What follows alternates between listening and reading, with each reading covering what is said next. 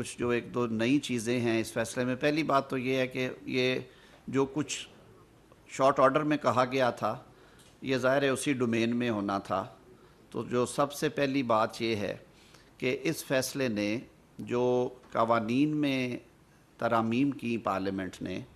اپنا لیجسلیشن کا قانون سازی کا حق استعمال کرتے ہوئے ان پہ کسی قسم کا کوئی کمنٹ نہیں ہے, ان پہ کسی قسم کا کوئی فیصلہ نہیں ہے اور ہونا بھی نہیں چاہیے, کیونکہ وہ ایک انڈیپینڈنٹ سچویشن ہے جس کو انڈیپینڈنٹ پروسیڈنگز میں ہی ڈیل کیا جا سکتا ہے. تو آج جو حقیقت یہ ہے کہ الیکشن ایکٹ میں جو دو بنیادی ترامیم کی گئی سیکشن 66 کی اور 104A کی,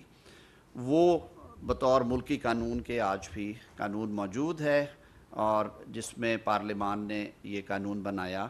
کہ جو آئین کے آرٹیکل 51 اور 106 کی منشا ہے کہ آپ نے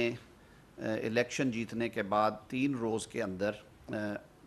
اگر آپ آزاد حیثیت سے منتخب ہو کے آئے ہیں تو 3 روز کے اندر آپ نے کسی پولیٹیکل پارٹی کو جوائن کرنا ہے,